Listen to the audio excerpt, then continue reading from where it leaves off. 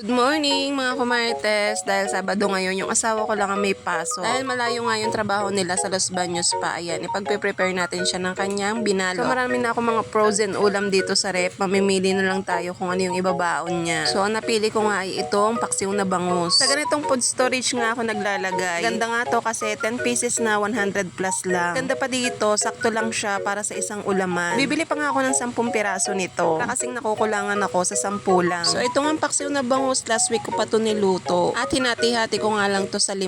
Sa isang ganitong storage nga, naglagay ako ng tigigisang laman ng bangus. Kita nyo naman at frozen na nga siya. So pagkatapos niyan, ililipat natin siya dito sa binili kong microwavable na lagayan. 1040 ml nga tong binili ko para medyo malaki. Dalawa nga yung binili kong ganitong microwavable para isa sa kanin at isa sa ulam. Meron naman din ako maliliit, yung mga medyo kokonti yung sabaw, doon ko nilalagay. So 2 pirasong bangus nga yung baon niya. Kaya ako nagpaplano din kayo na mag meal prep, ang unahin yung bilhin ay itong mga lagayan na ganito. Para meron kayong lalagyan ng ulam at diretso na sa freezer. So kung wala naman kayong microwave, pwede naman siya sa kawali. So ngayong linggo nga hindi muna ako magluluto kasi pauubos ko muna yung mga nasa rep ko dahil medyo madami na. Minsan sa totoo lang, nananawa din kami sa mga ganitong lutong ulam kaya minsan ang hanap namin sardinas. Sa totoo lang, nahihirapan din ako na mag-isip ng lulutuin kong ulam. Dahil nga yung mag-ama ko, pihikan. Yung sa dami-dami kong niluto ha, ang hanap pa din nila ay kung ano yung wala. Pag hindi ka naman talaga naiyamot. Siyempre magtatanong yung mga yan, anong uulamin. Siyempre lahat ng lutong ulam na niluto ko, sasabihin ko. Ang ending, ang sasabihin sa akin, nananawa na daw sila doon. Ay di ayun, magdelata kayo. Pero kung kagaya ko kayo na may mga pihikan na kasama sa bahay, siyempre ang lutuin nyo lang yung mga pagkain na kinakain nila. Ang asawa ko kasi mas bet niya yung mga masasabaw. Hihirapan kasi siyang kainin or lunukin yung kanyang kinakain kapag walang sabaw. So nagsaing na nga ako at ayan ay hanggang hapon na. Kaya kung may matitira dyan, ilalagay ko lang din sa freezer. Para hindi kami mapanisan ng kanin kasi alam nyo naman napakamahal ng bilihin ngayon. Nilalagyan ko nga ng Knorr seasoning yung kanin nila para nga may lasa na. So diretso na dito na nga nagbabaon yung asawa ko dito sa microwavable na to. Hapon yung asawa ko pinabaonan ko nga pala ng 2 tinapay pero ayan hindi naman kinain. Pinababaunan ko siya ng ganyang tinapay para hindi na siya bumili. Tsaka minsan malayo yung tindahan. At tsaka kaysa bibili pa meron naman dito sa bahay. Ito naman yung lunch bag na binili ko at ang ganda nga nito kasi kasyang-kasya nga yung kanyang baunan. At pa sa loob nito meron na siyang foil para tumagal yung init or lamig ng mga pagkain. Kaya kung magbabaon kayo ng mainit-init pa hanggang tanghali medyo maligamgam pa yung pagkain. So ayan, minicrowave ko lang siya ng mga 5 minutes at ito okay na siya. So tatakpan ko lang to at idediretso na nga natin siya dito sa kanyang baunan. Ito nga sa microwavable na to, magandang maglagay na may mga sabaw. Kaya kung gusto niyo nitong microwavable na to, ilalagay ko na lang yung link dyan sa comment section. So mainit-init pa nga itong lagayan. Kaya bago ko ipatong, nilagyan ko muna ng tela dito sa gitna. At dahil hindi kinain ng asawa ko yung pabalot ko sa kanyang tinapay, ito na lang yung ipadadala ko, yung padala ni inay. Galing nga pala to sa aking biyanan. May mga padala nga si inay na nasa eco bag. Mamaya nga ititignan natin. Itong lunch bag na to, may pagpipilian kayo, small, medium, o large. Medium nga lang pala tong sa asawa ko kasi ang 2 baunan. Tapos syempre, lalagyan natin ng tubig itong kanyang tumbler. Kaya kasi ng tubig doon kasi meron daw lasa. Baka naman may flavor. Kaya ayan, dito ko nga siya pinababaunan ng kanyang tubig. Kay Kurt nga to, pero siya na yung gumagamit kasi mas matakaw siyang uminom ng tubig. Ito nga pala yung mga padala ni inay. Meron nga pala ditong abukado. Grabe, ang lalaki ng abukado. Kailan kaya magiging ganito yung baba ko? Huy! Doble na kasi yung baba ko hindi na patusok. Tapos meron pa ditong isang red ribbon. Kay Kurt naman itong isa. Tapos ayun nga yung isa pinabaon ko nga sa asawa ko. Tapos pagtingin ko nga dito sa isang paper bag,